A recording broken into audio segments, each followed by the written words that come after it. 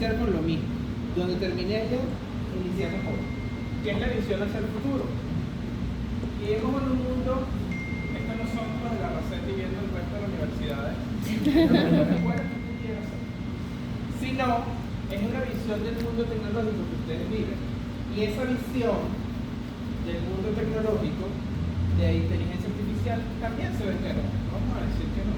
Tenemos tecnología, tenemos muchas cosas positivas que dentro del Instituto Capital y algunos centros del país podemos inundarnos en que eso es una realidad. Y es una realidad. O sea, yo tengo ahorita un paciente de la clínica que tengo lo mejor de lo mejor en términos de recursos para poder hacer diagnósticos.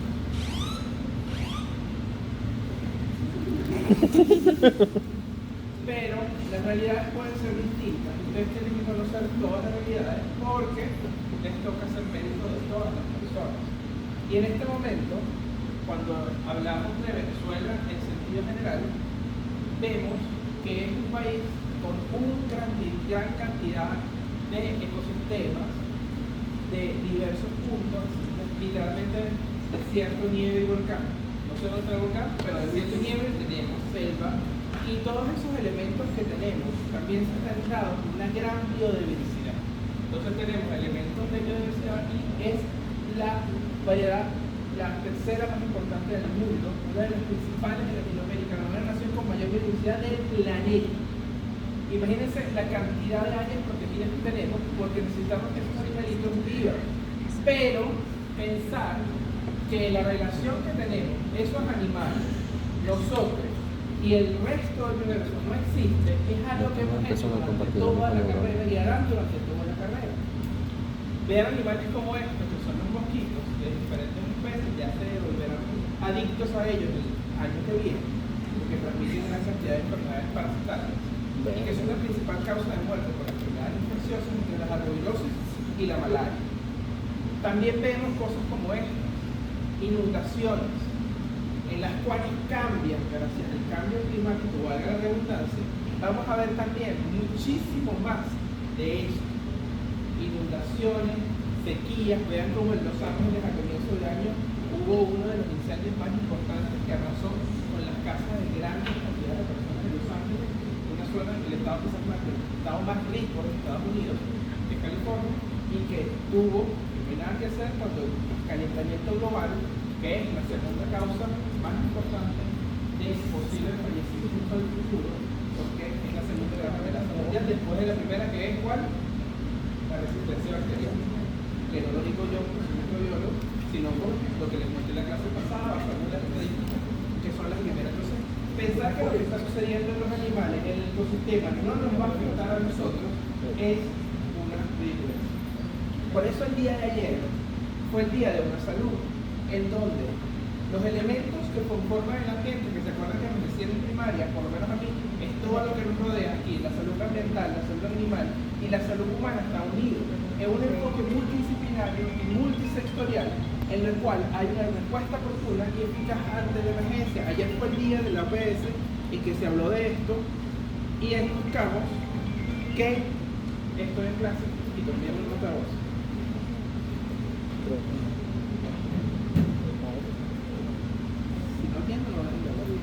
Entonces, vamos a ver cómo estos sistemas están interconectados y la relación de todos les demostré lo lindo, pero también la vida es así. Son murciélagos, son perros, son laboratorios, son enfermedades que se pueden transmitir y la zoonosis son las principales causas de pandemia.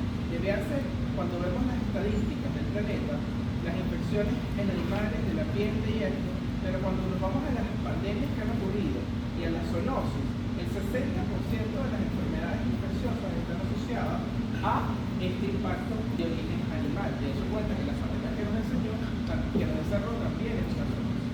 Y cuando vamos a los microorganismos que se han reportado, son el 75% de los nuevos microorganismos que están asociados a un reservorio animal.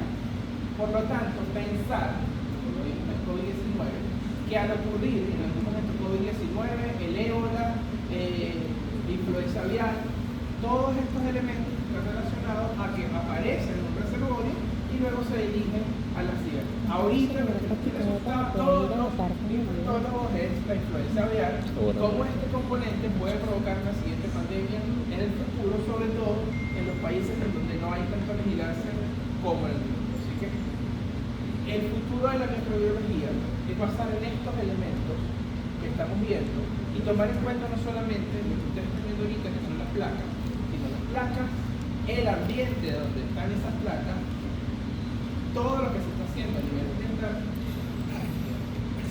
y todo lo que hacemos nosotros para poder establecer realmente una visión de lo que va a suceder en el mundo con la invasión humana, con la contaminación, con el crecimiento del calentamiento, con los políticos y las organizaciones, todos para lograr que en un futuro se pueda lograr la eliminación de la muerte por enfermedades infecciosas, cosa que yo dificulto mucho que suceda, cuando es verdad.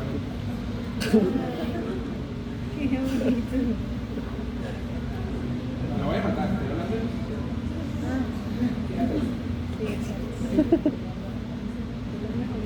¿Qué tiene que ver esto? Bueno, antes de ver, yo no soy el líder, pero esta frase me encanta porque se parece a microbiología. Y no sé si soy el líder, pero si yo fuera profesor en Power, sería profesor de exposición. Esto es un verdadero, se tendrá delante del artista, porque Carroli, para atrás ella, pero su arte está increíble. Entonces les enseñaré cómo dominar la mente y rechazar los sentidos, les enseñaré a embotellar la fama, a generar la gloria e incluso a ponerle un alto a la muerte. El alto a la muerte no. Ya le dije que le iba a caer el rayo de Zeus a aquellos que se pasaron de rayo. Pero lo demás es posible si saben microbiología. Entonces, ¿cuál creen ustedes que es el mayor uso de antibióticos en el mundo?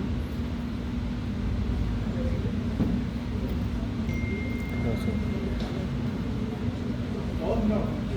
Diga, no le va a decir nada mal, no sabe fisiología. Un antibiótico se usa en nosotros. El consumo de antibióticos más importante, ¿dónde es? Las penicilinas son los antibióticos más usados. Eso es en realidad las penicilinas. La penicilina ya casi no se usa, pero las penicilinas, los beta-lactámicos, son los más usados. En humanos después de la cirugía. 20 puntos, ¿cómo te llamas? Vittorio, 20 puntos. En la ganadería, el uso más importante de antibióticos en el mundo es para el crecimiento del ganado. En el mundo. Fíjense ese detalle que no todo el mundo sabe. Y es que el uso, ¿por qué tenemos resistencia antimicrobiana? Por el uso inadecuado de regulación ineficiente, lo que hablaban de las cirugías y eso que también es terrible, la falta de formación del personal involucrado, por eso que estoy aquí hablando de esto, inadecuadas medidas de saneamiento de higiene, liberación de antimicrobianos en su metabolismo al medio ambiente a través de aguas residuales, que es un problema que ahorita está muy en boga. Saber qué está sucediendo en España. Todos los días ya sabemos qué microorganismo hay, cuánto vienen del hospital, las tuberías del hospital están repletas con biofilm de ciertos microorganismos, es un dolor de cabeza y nosotros no hemos estudiado nada de eso. Y la resistencia antimicrobiana no estudia nada. Y el uso de antibióticos como promotores de crecimiento animal. ¿Ustedes creen que funcionan los antibióticos como promotores de crecimiento animal? La respuesta es que sí, son buenísimos. De verdad que hacen más los animales y engordan más con los antibióticos. Yo no soy veterinario, no sé por qué, pero igual, si nos va a matar después, no sirve ninguno que la vaca esté gorda. Entonces, es una pelea entre una alimentación y... Entonces, lo que pasa con los antimicrobianos, los humanos y los animales y el medio ambiente a través de los alimentos de origen animal, del estiércol, porque las vacas, hay un estudio venezolano que no conseguí, pero que mide la cantidad de enterococo, que es una bacteria, en las heces de las vacas. Y consiguieron genes de resistencia que ahorita son graves, imagínense hace 10 años cuando se hace estudios, allí. Y las aguas residuales, o sea, estamos rodeados de genes de resistencia. Gracias. Entonces, volviendo al punto, ¿por qué les digo esto? Porque las bacterias se van a comunicar y van a producir genes de resistencia y yo necesito que ustedes conozcan cómo lo hacen. Y eso es que les voy a presentar para que no lo vean como lo vi yo, porque mi clase empezó así. cuando yo vi esto. Las bacterias tienen genes, N1, que la da una bióloga. Y evidentemente ustedes no van a ser biólogos, pero van a manejar antibióticos, porque para mi tristeza todo el mundo usa antibióticos.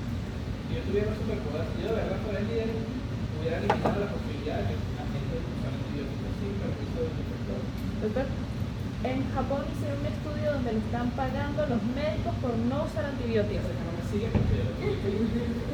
Ah, lo vi en su Instagram. Ah, ¿viste? Justo para seguir. Le estaban pagando a los médicos. Yo como no tengo plata, le quitaría plata. También debe funcionar, ¿no? Te quito $1 porque no tengo que des.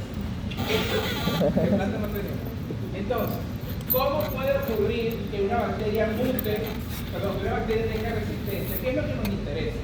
Ojo, la genética bacteriana nos interesa a los microbiólogos puros, que son clínicos, porque las resistencias al carbono, la broma, la inducción, la temperatura, el metabolismo. ¿Qué me interesa a mí? Diagnóstico y tratamiento. El tratamiento, cómo la bacteria y patogénica, porque a veces con los cambios genéticos se puede volver más virulento, no solamente más resistente.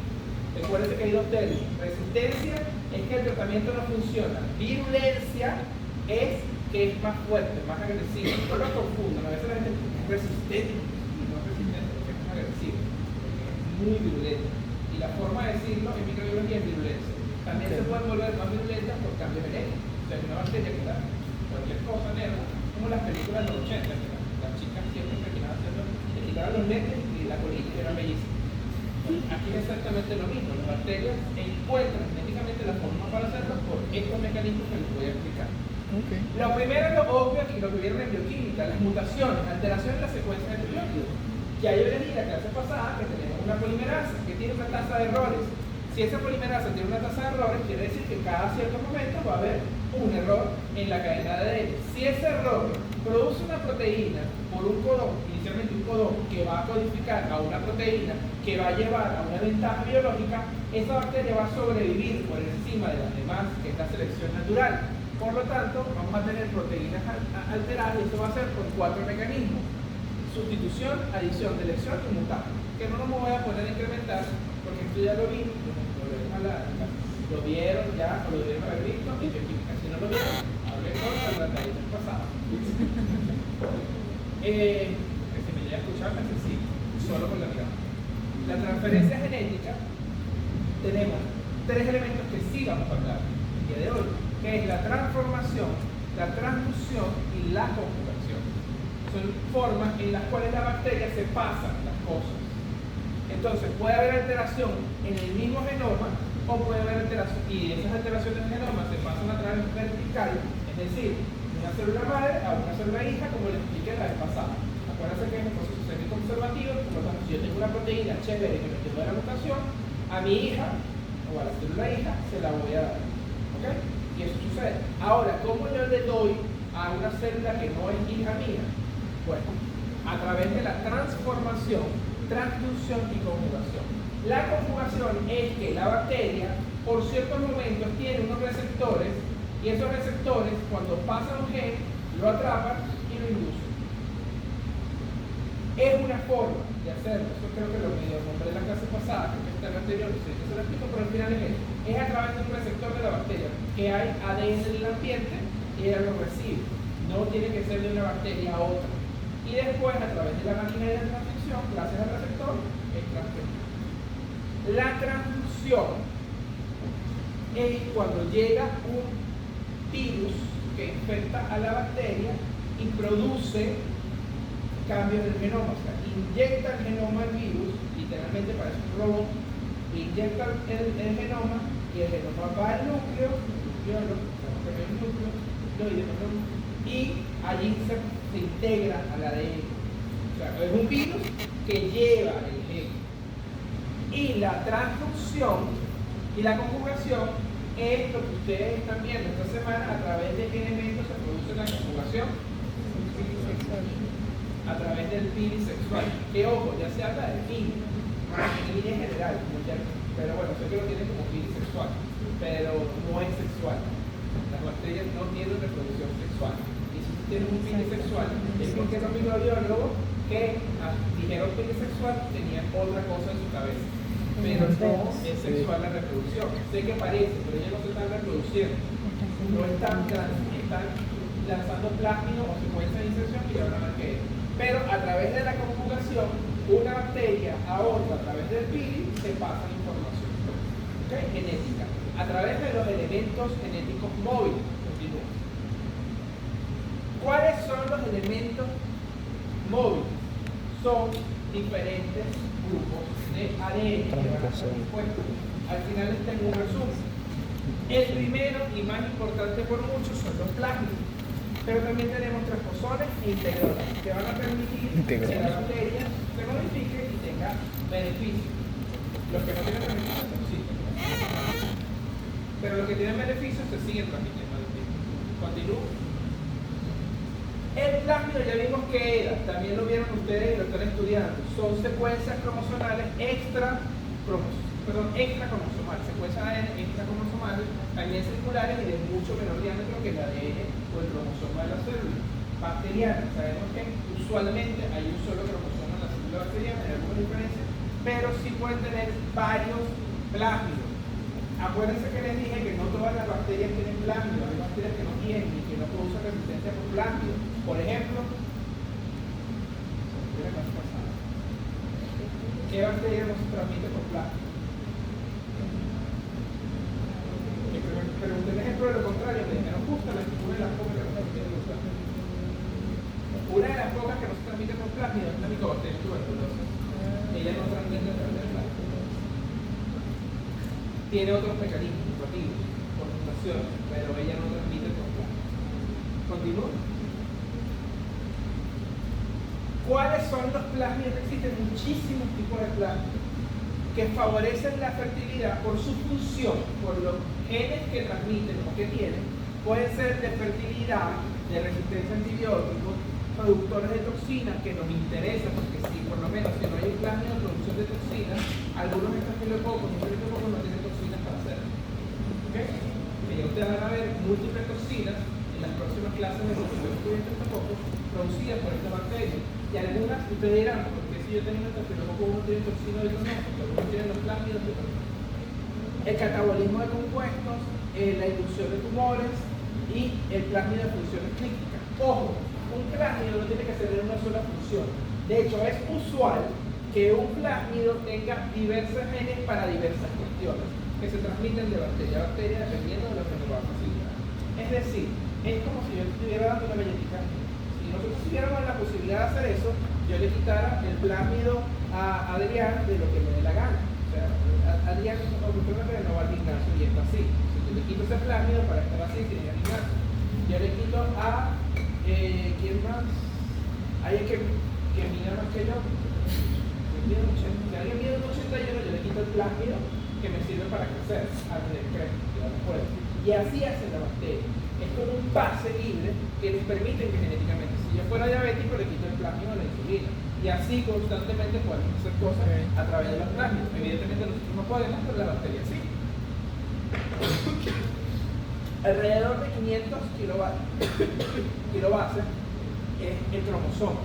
El plásmido, entre 1 y 1000, usualmente no llegan a 1000. Puede haber un macroplásmido de 1000, pero ya es casi una isla genómica, no es lo que se ve. Usualmente los plásmidos miden menos. Puede haber muchos plásmidos, puede no haber o puede haber muchísimos, hasta 10, y cada uno tendrá una función distinta para la bacteria. Pueden estar presentes en una o varias copias, es decir, si yo tengo un plásmido de resistencia no tengo que tener una sola vez, puedo tener varias y así la transmito. Continúo. Yo les paso a tener positiva, tomando fotos. ¿Están grabando? Ok. Tomando fotos. Esa se las paso yo. Y las piernas las años pasados, las cambié en cosas nuevas, pero igual se las paso. Algunos plásmidos pueden ser integrativos, no integrativos y episódicos. Eso nos olvidamos, es muy complicado. Los integrativos y no integrativos es que se integran al genoma o no se integran al genoma, que la medicina es lo que nos interesa. ¿Cuáles nos interesan fundamentalmente? Lo que se integra al genoma. Pero ojo, hay dos integrativos que igual fuera del genoma, acuérdense que les dije, por el genoma, como la maquinaria de la célula no está integrada a un punto específico, pueden haberse pegarse el ribosoma y produciendo la traducción y la transcripción perfectamente de un plásmido sin necesidad que se integre al cromosoma. Entonces, ambos son importantes. Continúa. Entonces ya quedó claro que tiene funciones replicativas, que tiene funciones de mantenimiento y segregación. Aquí vemos cómo puede pasar de una célula a otra, él reproduciéndose. Y funciones de transferencia, que son las que más nos importan, que pueden ser conjugativos o no conjugativos. Los conjugativos son los que permiten el pase de una a otra. Esta no es la conjugación, porque esto es una separación de una célula a otra. Si esto fuera un pil de un lado al otro, fuera un plásmido conjugativo. Eso es lo que yo les digo como la partida. Continúo. Otra importancia a nivel de investigación. No se está investigando sobre el plásmido en Venezuela. Pero era del mundo. Esto es bellísimo, porque lo hice la primera vez que lo hice, pero eso había 20.358 investigaciones con plásmido. Continúo. En Venezuela hubo, de hecho, hay un laboratorio de biología de plásmido y resistencia bacteriana aquí en la Universidad Central.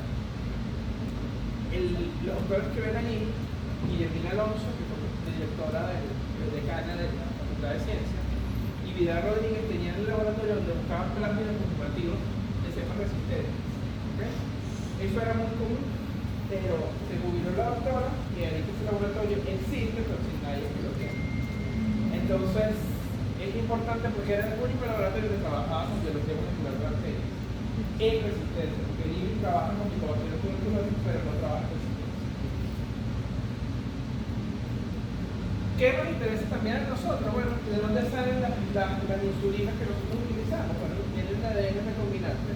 Uno agarra un plásmido, cambia ese plásmido, le pone otra cosa y se lo da a la bacteria. ¿Continúa? Esto lo puse. Espera, continúa. Como ese plásmido, yo le puse el gen que codifica la insulina y se lo metí al plásmido y la bacteria, pero piensa, dice, ay, yo tengo un plásmido. Lo comienza a utilizar y comienza a producir insulina. Esa es una de las formas que actualmente utilizamos para la producción de insulina, porque si antes matábamos a todos los seres del mundo y nos dábamos pacientes. Y todavía se utilizan los plásmidos recombinantes en muchas otras cosas. ¿Saben cómo se interacciona la diabetes con la microbiología sin tener una interacción directa? Y así para muchas cosas, se está utilizando para la primera proteína que se utilizó para los infartos, que la primera causa de muerte en el mundo fue la infectosaurio. Proteína sagrada, que ya no se usa, bueno, sí se usa en Venezuela, pero creo que no queda más opción, pero no se debe usar, ya yo creo que vean que son mejores. Pero el hecho es que eso venía así, además se están utilizando también para eliminar el petróleo de los desechos tóxicos que encuentran en el mar posterior a estas cosas. Otra cosa que es importante son las islas genómicas de resistencia. Algunos genes, por ejemplo, algunos estafilos, para poder producir enfermedades o toxinas, tienen que tener las islas genómicas, si no, no producen estas toxinas, que son varios cientos de genes más pequeños que confieren resistencia a biofil, metales pesados, que pueden integrarse al cromosoma bacteriano y puede haber resistencia. Es como mucho más grande que un plásmido, como se dan cuenta. Los transposomas son un entero. Los transposomas son fragmentos que contienen genes que son los transposones y que modifican el ADN. Ellos se descubrieron porque habían se dio cuenta que modificando el maíz se dieron cuenta que había genes que eran como saltarinas, así se definirían, que hacían que cambiaran la coloración del maíz. Y estos genes, cuando los modificaban, era a través de esos saltos. Y esos saltos eran los transposones. ¿Continúo? Hay un transposón que tiene una secuencia, un gen para la enzima que es el transposón, y un cierre. Se modifica a través de una enzima de transposición y estos dos que estaban separados quedan unidos y producen una proteína completamente distinta que le da una ventaja. ¿Continúo? A ver si tengo la frecuencia. Entonces, esto no se lo voy a preguntar, pero contiene el gen de la transposasa inverso, probablemente la siguiente palabra. Entonces tienes una secuencia de inserción y los genes que nos interesan. Luego eso se dobla y queda el gen que me interesa unido a donde lo quiero unir. Pasen, porfa. Pasen 6 personas. Aquí abajo conmigo. Me siento solo. Tengo uno, faltan 5.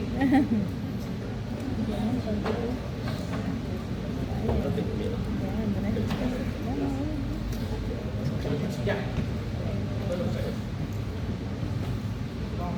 Ok, los dos que vienen separados. Pónganse tres de un lado, pongan allí un momentito la dirección. Gracias.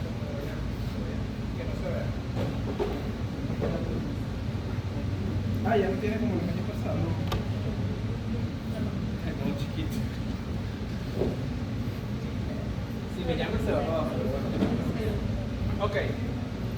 Yo soy el gen interesado que me voy a mover. Ellas dos que están de vino tinto y quedaron perfectas para la energía son mi secuencia de inserción.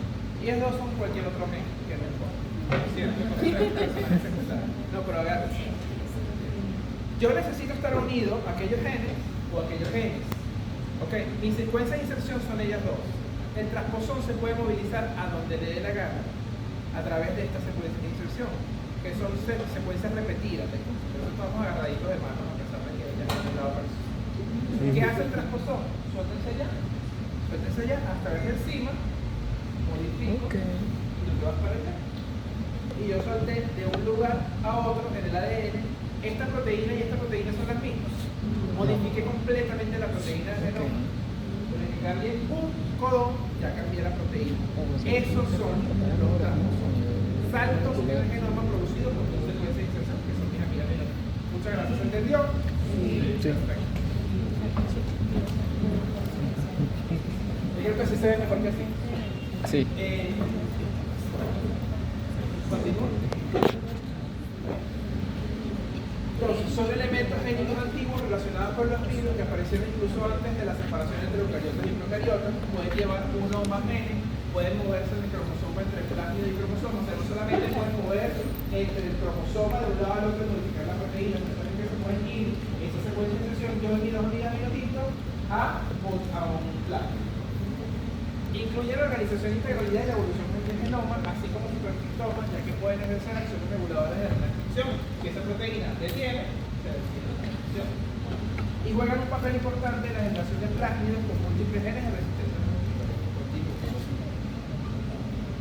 Puede ser de clase 1, clase 2 y clase 3. A mí me parece eso muy igual. Eso depende de realmente qué tan complejos o no sean los transposones genéticamente. Yo creo que a este nivel no me interesa. Seguro van a estudiar biología molecular de bacterias, que sería mi sueño, lo verán en su mente. Pero ahorita hay diferentes tipos que vienen dependiendo de la complejidad genética de ellos mismos, que no les voy a preguntar. Los integrones. Cuando creyeron que las transposiciones eran complicadas, los integrones son enteros. Ellos tienen estos elementos.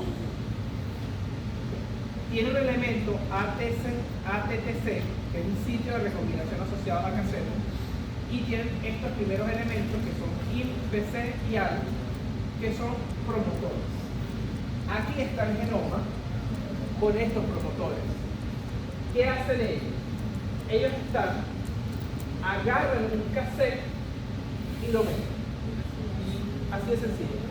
A diferencia de la secuencia, que yo tengo el gen con mis dos amigas y me muevo para donde yo quiera, aquí yo soy una secuencia que cuando veo un gen, lo meto en un cassette.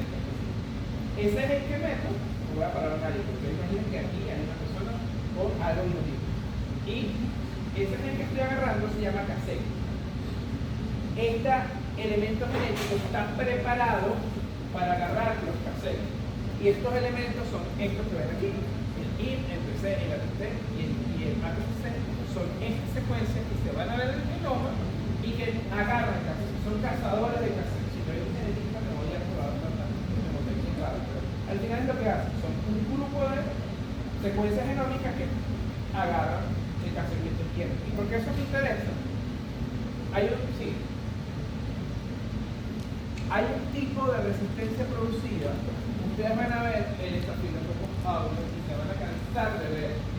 Y la forma más común de resistencia del estafilococcus aureus es la modificación del sitio diana. ¿Cuál es el sitio diana de los beta-lactámicos? No lo saben todavía, pero es la PBP.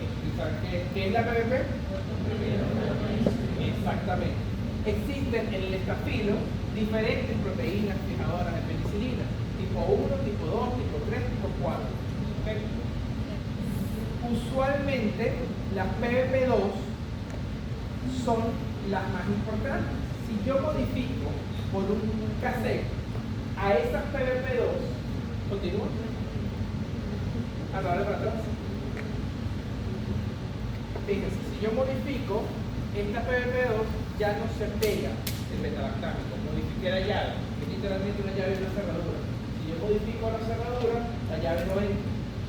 Con ese cassette, cuando el estafilo tiene ese integrón y agarra el cassette, cambia la conformación de las PBP y ya no se pega el beta-lactámico, por lo tanto no funciona el antibiótico.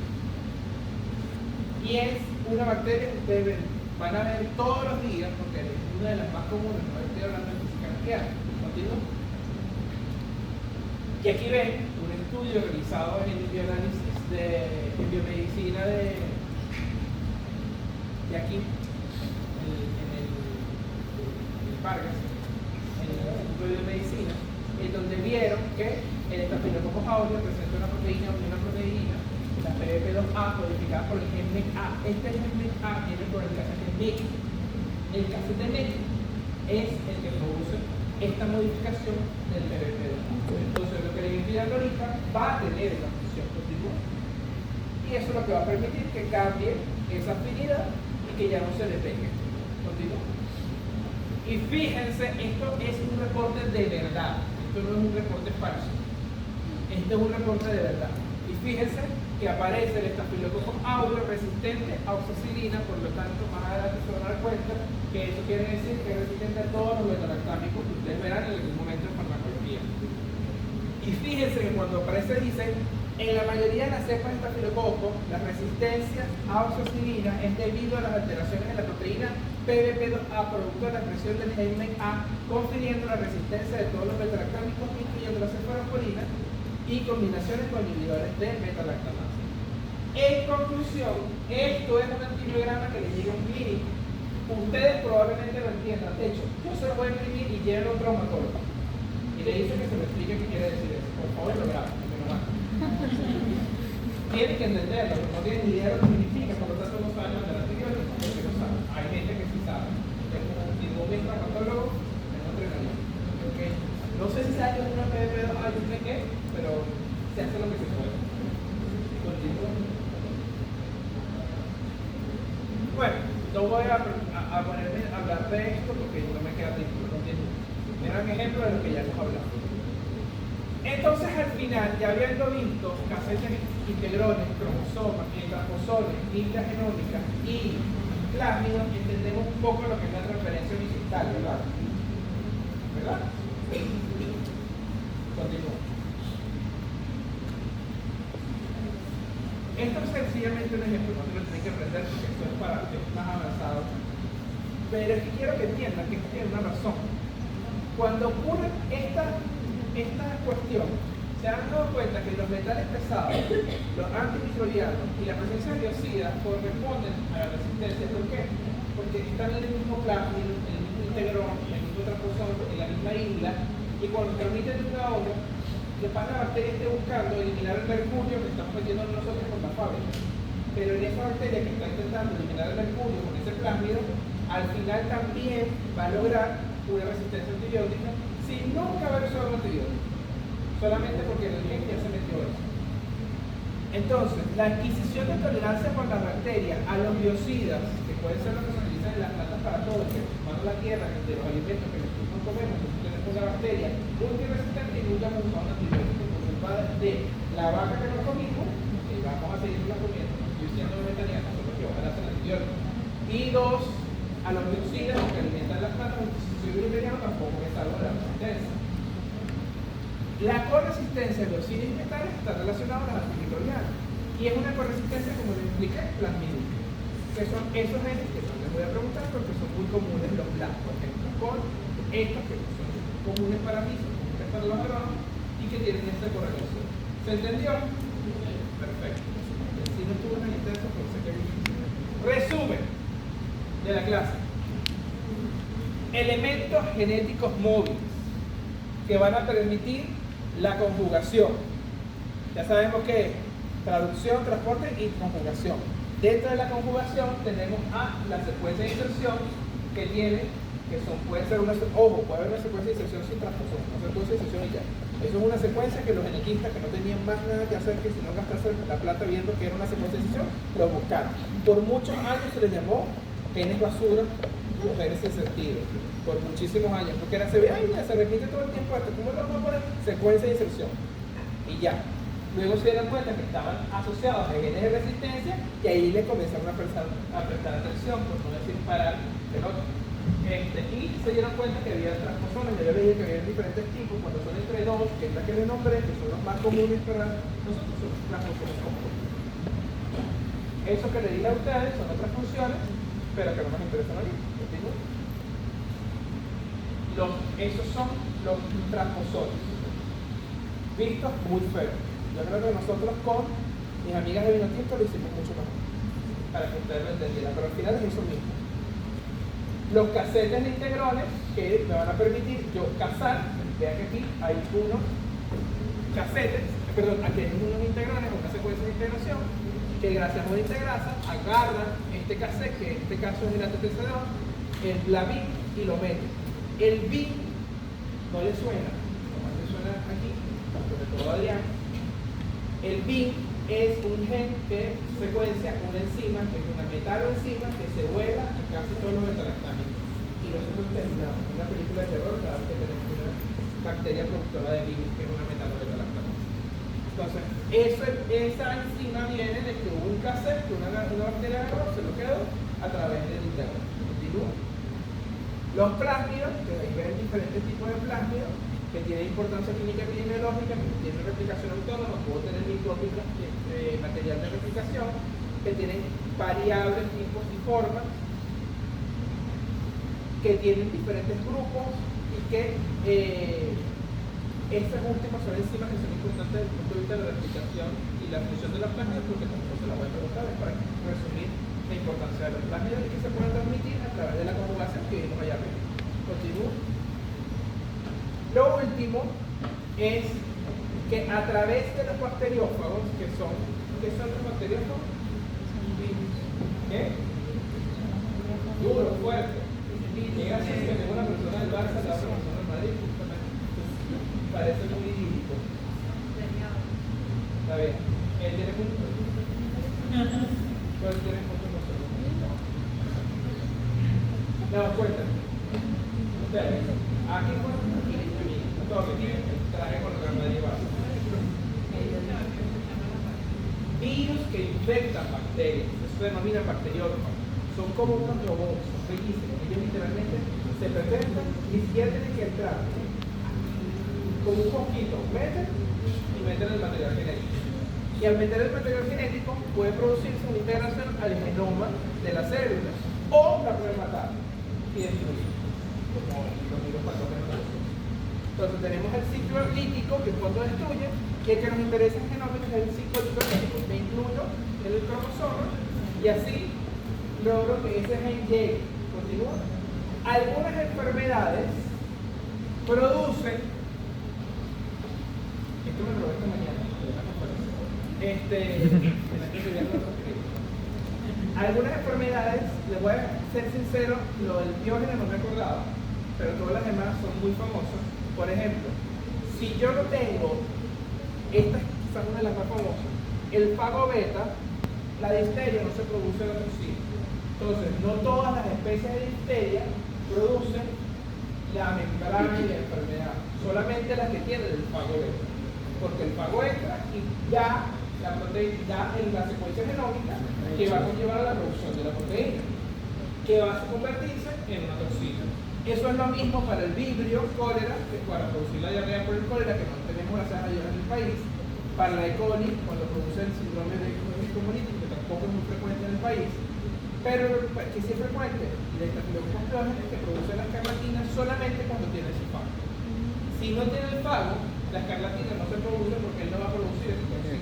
Es por eso a muchas personas nos ha dado amigdalitis por piógenes, y la amigdalitis bacteriana que produce pus y placa casi siempre es piógeno, como decía siempre. Y no nos da escarlatina, ¿por qué? Porque no tiene la toxina. Continúa. Voy a lo último lo penúltimo que les voy a decir de la clase.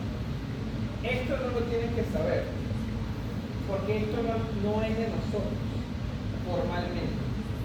Pero lo que hacemos nosotros en el futuro va a depender de lo que funcione, que los biólogos lo hagan bien. ¿Ustedes se han preguntado cuál es el sistema inmune de la bacteria?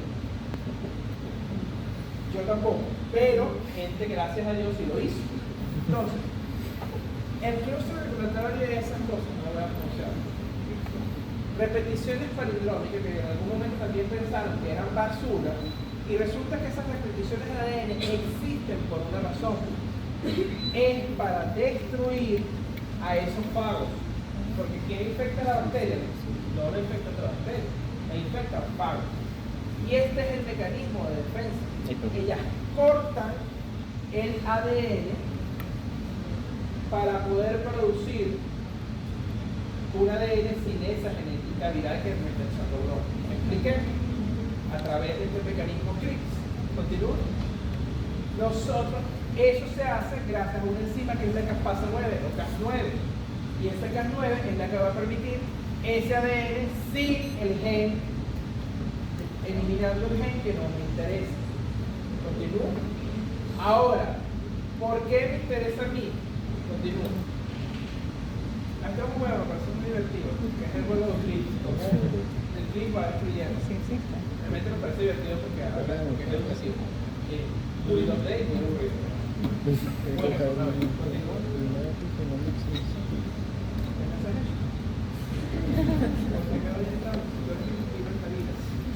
El CRIM se está estudiando para muchas cosas. Quería traerles, pero no me dio tiempo, creo que se tenía convulsión, que le van a mandar mucho cuando sepan que está en microbiología, la cura. A mí me mandan la cura de VIH todos los días. Cada día alguien descubre una cura distinta.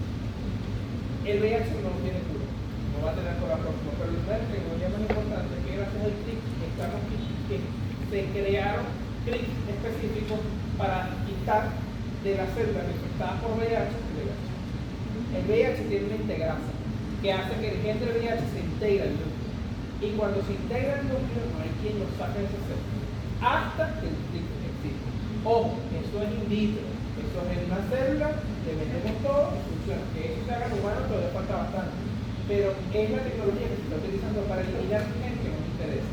Y no nada más el VIH, que es el que más me gusta porque es infecciosa. Pero las enfermedades cardiovasculares que más me gustan porque son carnistas, son también importantísimos. Se habla de GLIC para quitar los genes, ya no del VIH, sino quitar de las células los genes que favorecen la enfermedad cardiovascular. Mi mamá es hipertensa, mi papá es hipertenso, mis abuelos son hipertensos, mis abuelas fueron hipertensas. Bueno, pero eso no podía pegar como no supieron bien en esta época. Entonces, ¿cuál es mi carga genética de hipertensión? Casi 100% seguro que voy a ser hipertenso, a menos que me cuide mucho, que no lo estoy haciendo.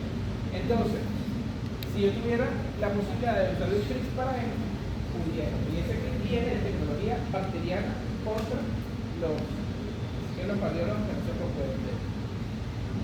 Al final siempre le pongo esto como para que sepan de qué me sirve todo esto, pero se lo voy a ir leyendo durante toda la clase. Continúa. Pero ahora se lo voy a dar más importancia. Acuérdense que la resistencia mata gente. Muchísimo. Continúa. Continúa. Ah, no, ya, dale para atrás. Si yo escojo un tratamiento inadecuado en un paciente con una infección severa, cada hora que pase va a producir mayor mortalidad. Fíjense esto que puse. ¿Cuáles son los predictores de mayor mortalidad? Fíjense aquí.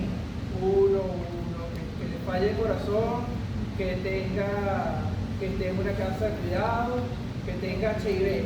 Pero vean que la gente se asusta con el HIV, no sé por qué. Por los 80. Por los 80, no 80 no eran nacidos, la gente sigue asustando con el HIV. Pero vean el HIV, riesgo de mortalidad. Si un paciente con un uso inapropiado de antibiótico y tiene HIV, tiene 3.6, 64 más posibilidades de morir, para ponerlo estadísticamente sencillo. Pero si tiene una bacteria multiresistente es 13 veces más, 10 veces. Lo que quiere decir 10 veces más que el HIV. Y le tienes más. Si tú le dices a un paciente que tienes una bacteria multiresistente versus tienes HIV, les aseguro que una respuesta va a ser A y la otra va a ser B. Igual acá, si no usas el antibiótico correcto, tienes más posibilidades de morir. Cada hora que pase sin el antibiótico correcto, una infección severa o el sepsis, aumenta el riesgo de mortalidad por hora. Entonces es importante hacer diagnóstico. Ya me estoy estudiando la PCR en bioquímica, me voy a ver en el futuro pasado. ¿Qué ustedes van a hacer en la vida? Usualmente van a tomar la muestra. El día 1 tomé la muestra, el paciente que está infectado. Y le puse un antibiótico, que resulta que no sirve porque la señora se comió una vaca que tenía infección, que tenía un gen de resistencia. Entonces ahora tiene infección bacteriana por ese gen de resistencia. El día 2 ya pito, suponiendo que el día 2 pito, a veces está mal, pero suponiendo que tengamos suerte y el día 2, el día 1 tomé la sustantiva y el día siguiente pito. Eso yo lo siembro, porque ustedes van a aprender a sembrarlo. Ya vamos a hacer un grano y me van a llamar bien un grano. Vamos a tener un subcultivo de eso que estamos viendo anteriormente, este es de orina, ¿no? Está hecho por la técnica de orina, pero ustedes se imaginan que esto no es de orina.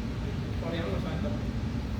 Y luego hago un antibiograma y en este momento, al día 4 o 5, es que yo voy a obtener el resultado que quiero del antibiograma del hemocultivo que le hice el paciente.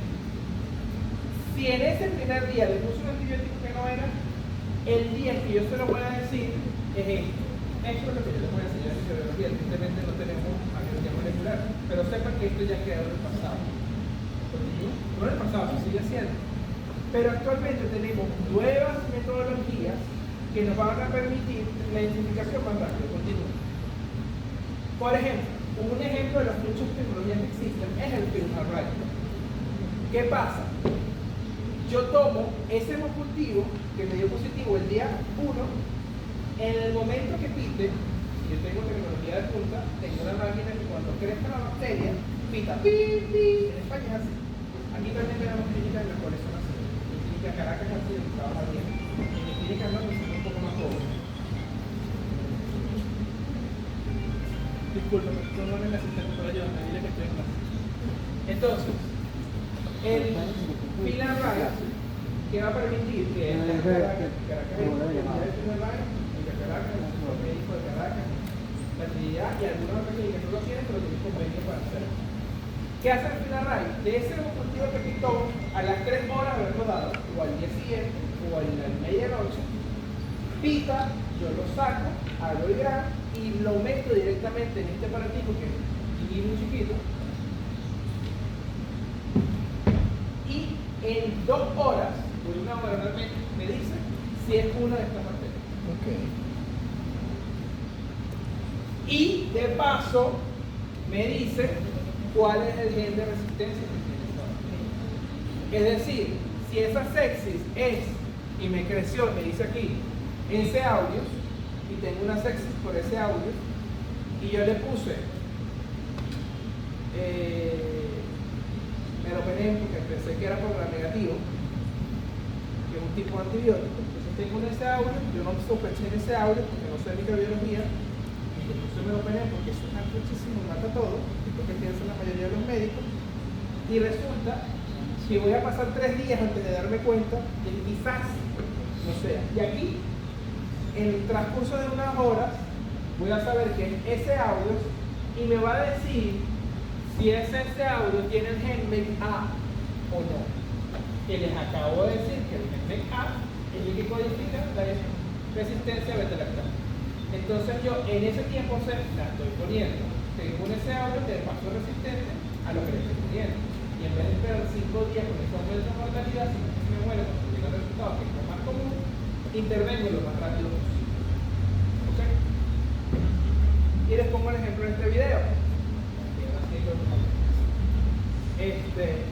En este video vemos cómo el paciente llega el día 1 al departamento de emergencia y tiene fiebre, tiene tos seca y tiene disnea, dificultad para respirar.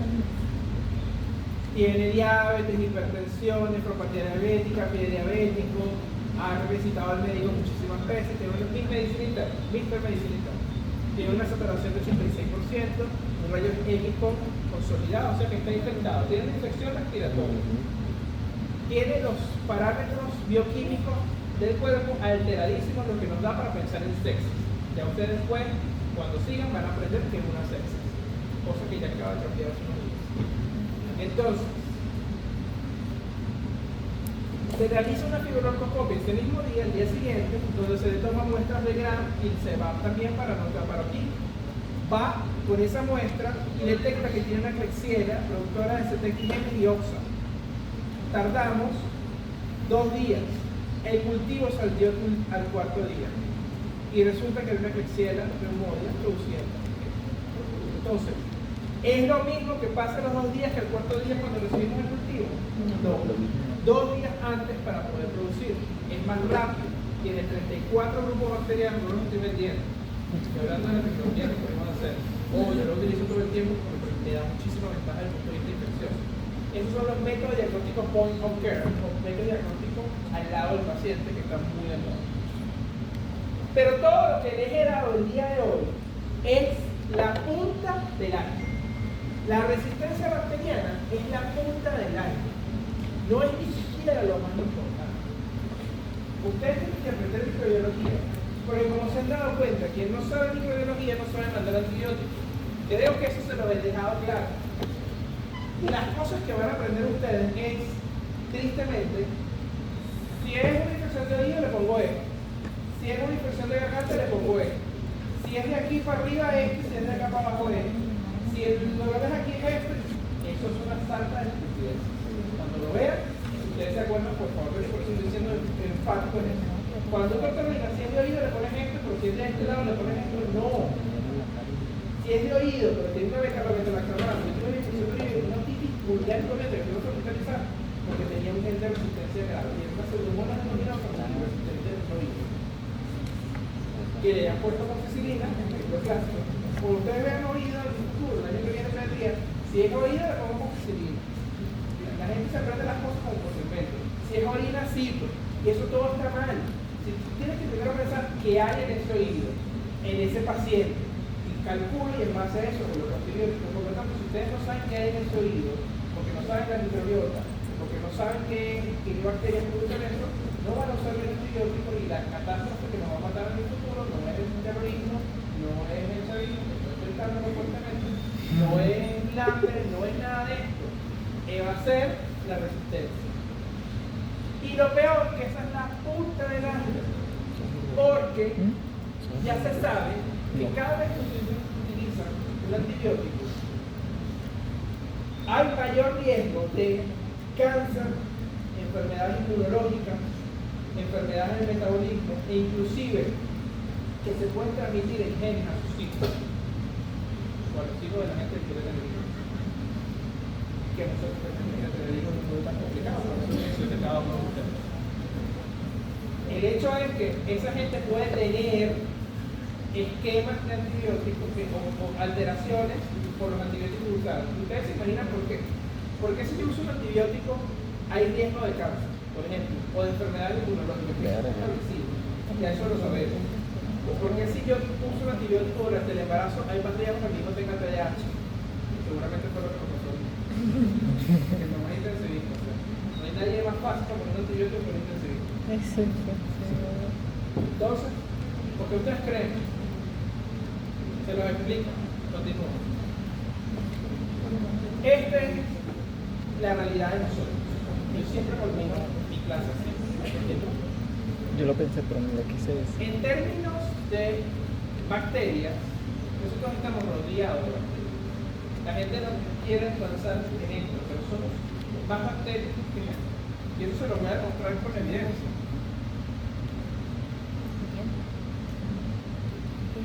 Cuando se hizo el genoma humano, ustedes no habían nacido, pero había una a la DACA, según lo que leí, yo tampoco estaba muy fuerte en ese momento, fue como un año.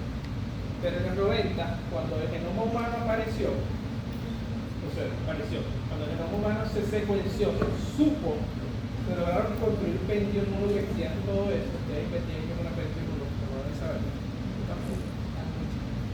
Yo tampoco todavía. El 21, que es la computadora de Microsoft, se llamaba Paint primero. Esas computadoras pudieron detectar y secuenciar todo el genoma del humano. Y se dieron cuenta que eran 33.5% de células eucariotas, 68% de virus y 9.5% de bacterias. Como sé que estudiamos medicina y no matemáticas, se los pongo más facilito. Continúa. 33 o 3. Continúa. Facilito es que por cada célula bacteriana hay 10, por cada célula humana hay 10 células bacterianas en nuestro cuerpo. Y por cada célula bacteriana hay 100 virales. Por lo tanto, somos más muchísimos. Y eso es el genoma humano. Continúa. Así que cuando ustedes piensan que la soledad es lo mejor para la gente que le gusta estar sola, yo no soy gregario, no soy rodeado de gente. Pero los que piensan que la soledad es mejor, continúa. La realidad es que nunca están solos, siempre va a haber un Cuando usamos antibióticos inadecuadamente, matamos a los bichitos buenos y dejamos que los cráneos hagan ciencia.